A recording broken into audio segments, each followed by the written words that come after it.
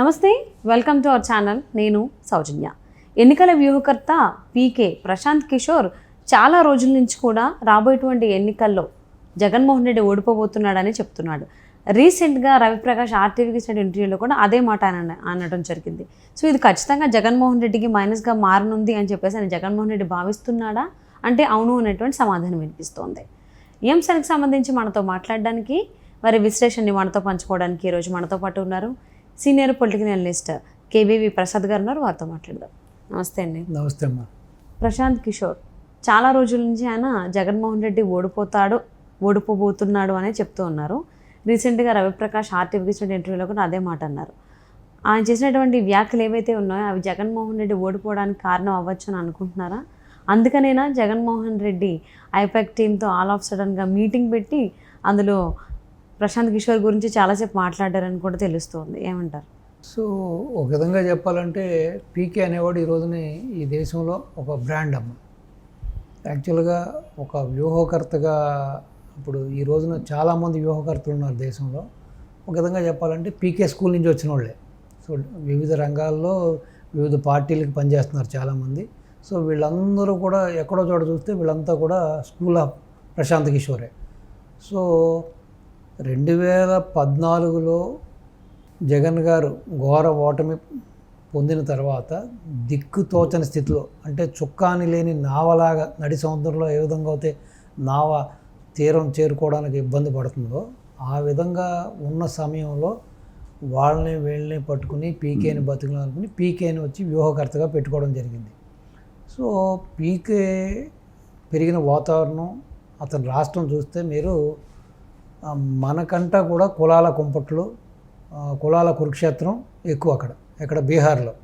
So అటువంటి వాతావరణంలో పెరిగిన అతనికి బాగా తెలుసు ఏ విధంగా రాజకీయం చేయాలి, ఏ విధంగా చేస్తే ఓట్లు వస్తాయి, ఏ విధంగా చేస్తే మనం రాజకీయ నాయకులకు మనుగడ ఉంటుంది అన్నది బాగా స్టడీ చేసిన వ్యక్తి. కాబట్టి ఆ రోజున ఇటు కోడికత్తి డ్రామా తీసుకున్నా, లేకపోతే వాళ్ళ చిన్నాన్న మర్డర్ ఎపిసోడ్ తీసుకున్నా, లేకపోతే కులాల మధ్యన మతాల మధ్యన ఈ యొక్క కుంపట్లు చూస్తే కూడా కులాల ఏపీలో మతం పేరుతోటి మోసాలు మాయలు, ఇటు కులం పేరుతో కుట్రలు కుతంత్రాలు ఇవన్నీ కూడా పీకే యొక్క గేమే. సో ఫైనల్గా పీకే సక్సీడ్ అయ్యాడు, జగన్మోహన్ రెడ్డిని అందలం ఎక్కించాడు. ఇదే పీకే జగన్మోహన్ రెడ్డికి ఐడియాలు ఇస్తూ వర్క్ చేస్తున్న సమయంలో ఈవెన్ వాళ్ళ వైసీపీ ప్లీనరీకి కూడా ఒక ముఖ్య అతిథిగా ఇతన్ని ఆహ్వానించడం జరిగింది. పీకే గురించి గొప్పగా పొగుడుతూ పీకే డెఫినెట్గా మనల్ని నెగ్గిస్తాడు, పీకే మనకు హెల్ప్ చేస్తున్నాడు అది అని చెప్పి జగన్మోహన్ రెడ్డి బావటంగానే చాలామంది దగ్గర పొగడుతూ కూడా చూసాం మనం. ఆల్ ఆఫ్ సడన్ మొన్న ఈ యొక్క రవిప్రకాష్ గారి యొక్క ఛానల్ ఉంది కదా ఆర్టీవీకి ఒక రోజు ముందు ఇచ్చిన ఇంటర్వ్యూలో జగన్ తప్పిదాల వలన, జగన్ చేసిన పొరపాట్ల వలన ఘోరంగా ఓడిపోతున్నాడు అని చెప్పడం జరిగింది. సో దాన్ని మనసులో పెట్టుకుని అంతకుముందు అతను చేసిందంతా మర్చిపోయి ఈవెన్ ఈ రోజున ఎవరైతే ఐపాక్ టీం తన దగ్గర ఉన్నారో, ఈ రిషిరాజ్ అండ్ టీం ఎవరైతే ఉన్నారో వీళ్ళందరూ కూడా అది స్కూల్ ఆఫ్ పీకే. ఆయనకి ప్రశాంత్ కిషోర్ దగ్గర నుంచి వచ్చిన వాళ్ళే మొత్తం ఆయన గైడెన్స్లో నడిచేవాళ్ళే, ఆయన గైడెన్స్లో తిరిగేవాళ్ళు అంతా. సో వాళ్ళ దగ్గరికి వెళ్ళి వాళ్ళని అభినందిస్తూ పీకే ఈజ్ నథింగ్, అంతా కూడా ఐపాక్ టీమే, ఘనతంతా ఐపాక్ అని చెప్పడం కూడా అతని యొక్క కృతజ్ఞతాభావానికి, మన సామెత చెబుతారు కదా, ఏరు దాటిన తర్వాత నావా తగలేసాడు అన్నట్టుగా దానికి నిదర్శనంగా తీసుకోవచ్చు. అంతకుముందు పీకే లేకపోతే నేను లేను, పీకే నా విజయం వెనకాల పీకే ఉన్నాడని చెప్పిన వ్యక్తి ఆల్ ఆఫ్ సడన్ ఆ రోజున ఆ ఇంటర్వ్యూ తర్వాత మొన్న ఈ విధంగా మాట్లాడటం అనేది జగన్మోహన్ రెడ్డి యొక్క దగుల్బాజీ యొక్క వ్యక్తిత్వానికి, ఆ దగుల్బాజీ రాజకీయానికి ఇది ఒక ఫైనెస్ట్ ఎగ్జాంపుల్. సో యాక్చువల్గా ఏంటంటే ఇప్పుడు జగన్మోహన్ రెడ్డి యొక్క మనోభావం ఏంటంటే ఏదైతే పీకే మాట్లాడిన ఇంటర్వ్యూని ప్రజలు విశ్వసించారని, దానివల్ల తనకి ఓట్ బ్యాంక్ లాస్ అయిందని, ప్రజలు కొంతమంది తనకు వ్యతిరేకంగా ఓటేశారనే ఇంటర్వ్యూ ప్రభావం వల్ల అని ఏదో మనసులో పెట్టుకుని ఈ విధంగా మాట్లాడటం జరుగుతుంది. అంటే జనరల్లీ మీటింగ్ అనేది అంటే ఎలక్షన్స్ అయిన తర్వాత, పోలింగ్ అయిన తర్వాత పార్టీ క్యాడర్తోనో లేకపోతే పార్టీ నేతలతోనూ జనరల్లీ ఈ సమీక్ష సమావేశాలు నిర్వహిస్తూ ఉంటారు. కానీ జగన్మోహన్ రెడ్డి మాత్రం ఆ పని చేయకుండా ఐపాక్ టీంతో మాత్రం మీటింగ్ అరేంజ్ చేశారు.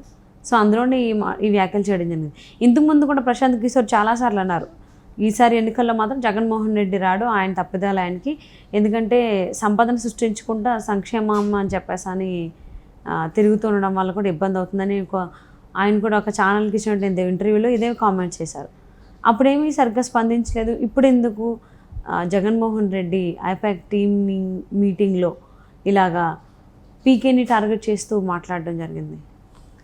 సో అంటే తన చుట్టూ ఉన్న సలహాదారులు, తనకు చుట్టూ ఉన్న కొంత ఎవరైతే ఆ యొక్క కొంతమంది వ్యక్తులు ఉన్నారో వాళ్ళందరూ కూడా సోషల్ మీడియా వాళ్ళు కానీ లేకపోతే సజ్జల భార్గవరెడ్డి కానీ ఇది ఏదైతే ఒక ఎలక్షన్ ముందు 1 డే ముందు జరిగిన ఈ ఇంటర్వ్యూ మూలంగా మన మీద ఇంపాక్ట్ పడింది, అది మైనస్ ఇంపాక్ట్ పడింది. సో ప్రజల్లో ఒక నెగిటివ్గా వెళ్ళింది ఇది. సో కాబట్టి దానివల్ల మనకి కొంత ఓట్లు లాస్ అయ్యాం అనేది కూడా వాళ్ళు చెప్పడం జరిగింది. బహుశా ఆ యొక్క ఆ ఇన్సిడెంట్ వలన ఆ మనసులో ఆ యొక్క ఆ ద్వేషం, ఆ ఈర్ష్య వలన కూడా జగన్మోహన్ రెడ్డి ఈ విధంగా మాట్లాడడం జరిగింది. సో అందుకునే అంటే ఈ మధ్యకాలంలో జగన్మోహన్ రెడ్డి వైఖరిలో మార్పు వచ్చింది కాబట్టి ప్రశాంత్ కిషోర్ ఆ యొక్క ఆర్టీవీకి ఇచ్చిన ఇంటర్వ్యూలో లాస్ట్లో కూడా ఒక ఉదంతం చెప్పుకొచ్చాడు ఆయన. కృతజ్ఞత అనేది లేకపోవటం కూడా మహా ఘోరం, అది మహా పాపం అని భగవద్గీతలో కూడా ఉంది. సో ఎవరికైనా సరే మనం మెప్పు పొందినప్పుడు, మన సహాయం పొందినప్పుడు అట్లీస్ట్ మనం వాళ్ళతో కృతజ్ఞతా భావంగా ఉండాలి. అది ఆ విధంగా లేకపోవడం అనేది కూడా అది చాలా పెద్ద పొరపాటు, ఇది గీతలో కూడా ఉందని చెప్పి ఉద్దేశించి మాట్లాడడం జరిగింది. సో ఇండైరెక్ట్గా జగన్మోహన్ రెడ్డిని ఈ విధంగా కృతజ్ఞత లేకుండా మాట్లాడుతున్నాడు ఇతను, ఈ విధంగా కామెంట్ చేస్తున్నాడు అని చెప్పి జగన్మోహన్ రెడ్డిని కూడా హింట్ చేసినట్టుగానే మనం భావించవచ్చు. ఓకే. సో అంటే ఇన్ని రోజులు సైలెంట్గా ఉండి పోలింగ్ అయిన తర్వాత ఐపాక్తో ఉన్నటువంటి మీటింగ్లు ఇలా పీకేని టార్గెట్ చేయడం అండ్ ఖచ్చితంగా మనమే గవర్నమెంట్ ఫామ్ చేస్తామని కూడా జగన్మోహన్ రెడ్డి కామెంట్స్ చేశారు. సో అదంతా బూస్టప్ ఇవ్వడం కోసం ఐపాక్ మెంబర్స్కి బూస్టప్ ఇవ్వాల్సిన పని ఏమి లేదు. కేవలం ఏంటంటే ఐపాక్ ద్వారా ఈ వచ్చిన సందర్భాన్ని ఉపయోగించుకుని తన కేడర్కి, తన నాయకులకి కాస్త మనోస్థైర్యాన్ని ఇవ్వడానికి.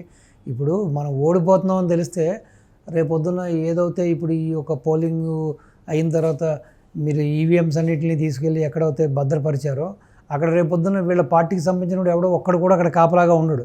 ఇంక పోతుంది కదా మనకెందుకు పోయే పార్టీకి మనం ఎందుకని చెప్పి. సో కేవలం రేపొద్దున జరగబోయే గొడవలకో, జరుగుతున్న గొడవలకో, కాస్త మళ్ళీ మనం అధికారంలోకి వస్తున్నామని వాళ్ళందరినీ రెచ్చగొట్టడం కోసమో ఇవన్నీ కూడా మేకపోతు గాంభీర్యమైన మాటలు మాత్రమే తప్పించి ఎక్కడా కూడా దీంట్లో విషమెత్తి కూడా నిజం లేదు.